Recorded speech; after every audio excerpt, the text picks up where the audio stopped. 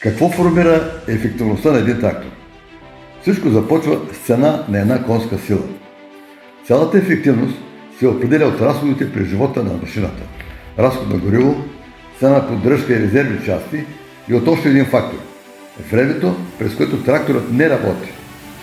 Колко струва един ден престой по време на кампания? Време за диагностика, време за доставка на части, време за чакане на сервис, време, което работата на колето спира. Затова все повече фермери избират модернизираните с нова кабина комфорт Т150 и К700 от ТОС Добър. 4 пъти по-скъпа цена на придобиване на конска сила. До 35% по-нисък разход на гориво. 3 пъти по-ниски разходи на масла и консумативи. 4 пъти по-евтини резервни части. 3 пъти по-малко престой при ремонт.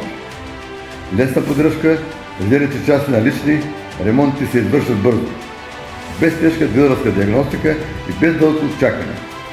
Крайният резултат не зависи само от договора и цената на продукцията. Важен е всеки спестен литър гориво, всеки спестен разход за резервни части и ремонти и всеки час, в който машината работи вместо да престоява. Всички стопанства, които работят с модернизирани Т150 от ТОС, имат и трактори с много електроника. Познават реалните качества на едните и на другите. Ефективният трактор е този, който работи на най-ниска цена и с най-малко престой. Силата на информирания избор.